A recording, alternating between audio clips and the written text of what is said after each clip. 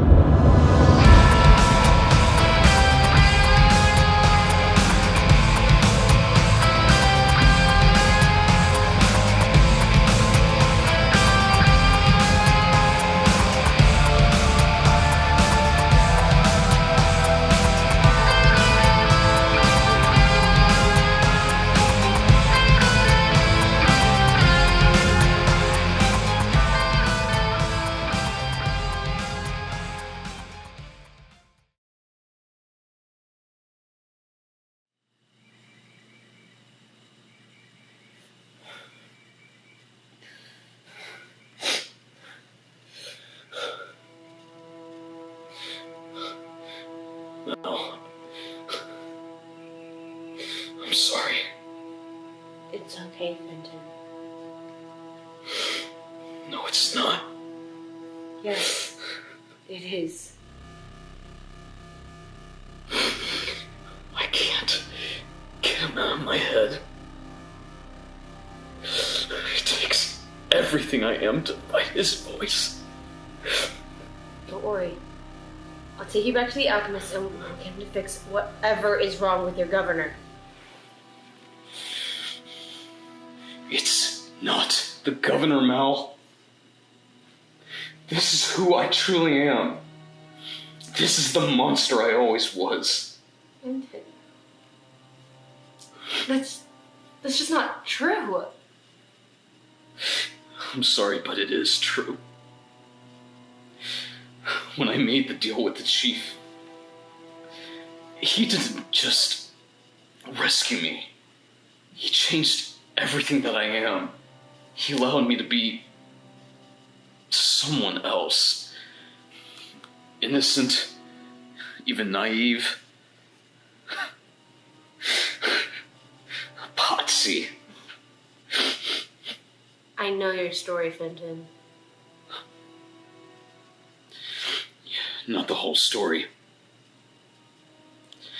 I couldn't tell you. I knew if I did, then you would just be as terrified of me as everyone else. You know, Fenton, by now, I'm not afraid of anything. I saw it in your eyes tonight, Mel. You're more afraid than what you care to admit.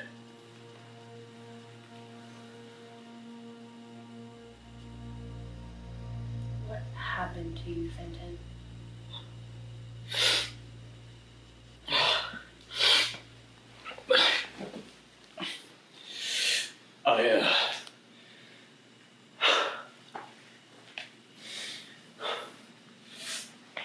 My parents, I went back to see them. You see, I reached the end of my rope. I was freezing, starving, hurting. I had nothing left except the plague of voices deep in my mind.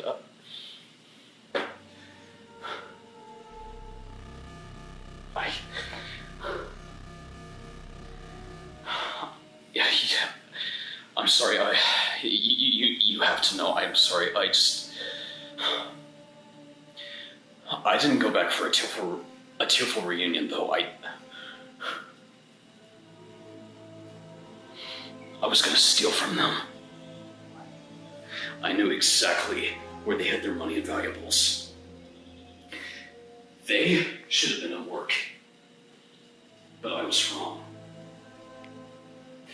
They were out there looking for me, like they had been for nearly a year, and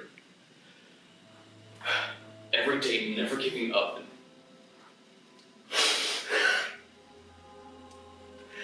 I didn't know that. Fenton, really, you don't have to do this. Yes, I do. You have to know. They came home and they surprised me. And when I stood before them, I saw the shock and joy in their eyes turn quickly into pity and disappointment at what I had become. I could hear it, and I felt it. Stronger, louder than any voice I ever heard before, and then I lost control. The pain, the hunger, it started to get to me. And it all turned into rage.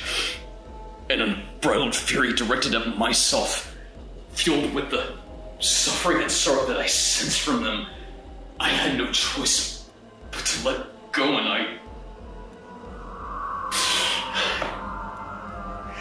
I killed them.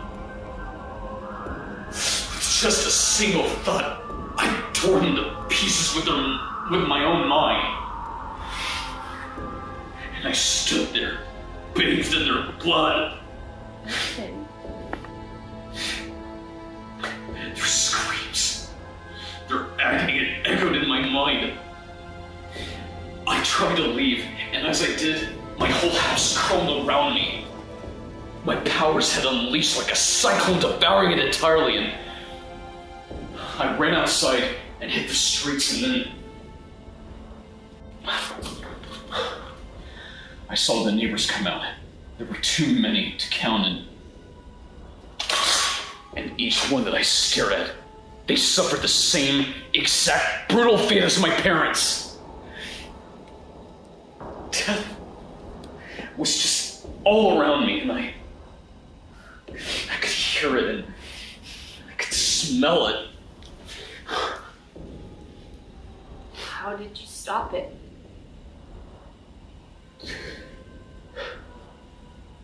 There was a start of class lying right next to me. I knew it was the only way, so I took it and I shoved it into my neck. And that's when the voice started to quiet. My eyes had dulled to darkness, but I felt nothing. Not the sting of the glass, or the blood pouring from the wound, just blessed nothingness.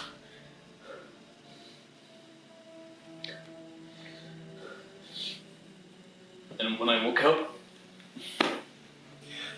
I was at the Prometheus Asylum. I was strapped to a gurney with my head encased in a strange device, but there was just silence. Incessant, wonderful silence. So I didn't care. My wound was all stitched up, I don't know how, by home. I was there for weeks, and then this man came and saw me. The alchemist. He had installed a new device. It was smaller, and he inserted it into the base of my neck. But it didn't matter to me just as long as the quiet continued. And then they locked me inside this rubber room, and they left me there, alone. For months, I think, maybe longer. Did that finally stop it? No. The psychic connections had been blocked, but they couldn't take away my memories. That scene replaying over and over again in my head. It haunted me whenever I was awake or asleep. And then the incidents began. When a memory became too horrific to bear, doctors and nurses died, and in the end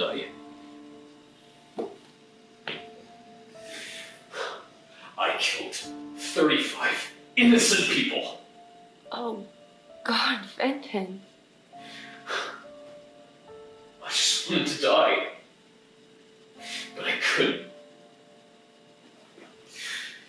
You know, most people out there, they're afraid of whatever comes after death. Those who believe in a hell, but for me, every day is a living, unending hell. I relive that scene over and over again, and it never stops. I destroy everything that means something to me, everything that I love. Now,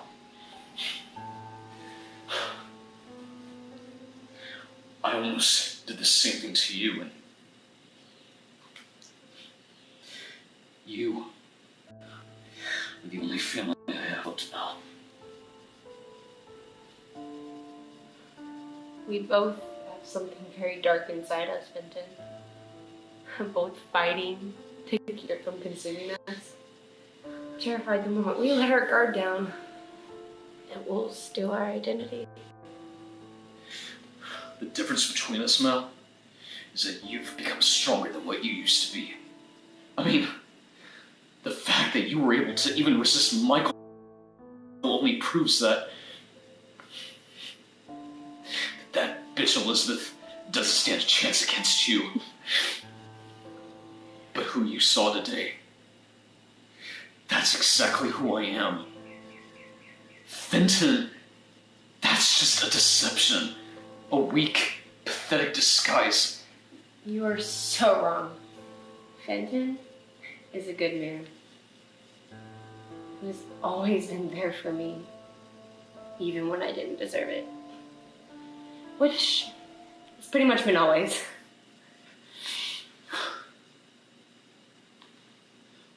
Why didn't you kill me?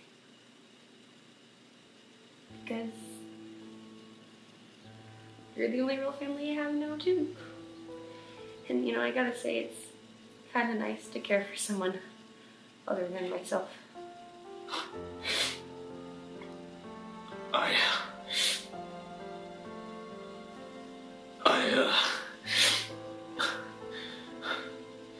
I love you, Mel. We'll get through this, partner. I promise you that. We will find our way out of this darkness. We have to kill Michael, Mel. He's not gonna stop. You know that. I know.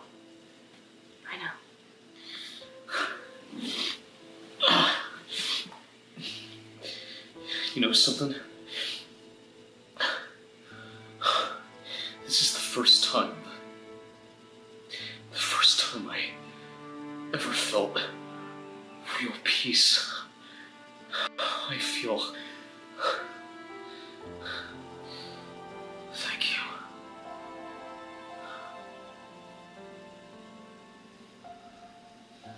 We will find our way out of this darkness.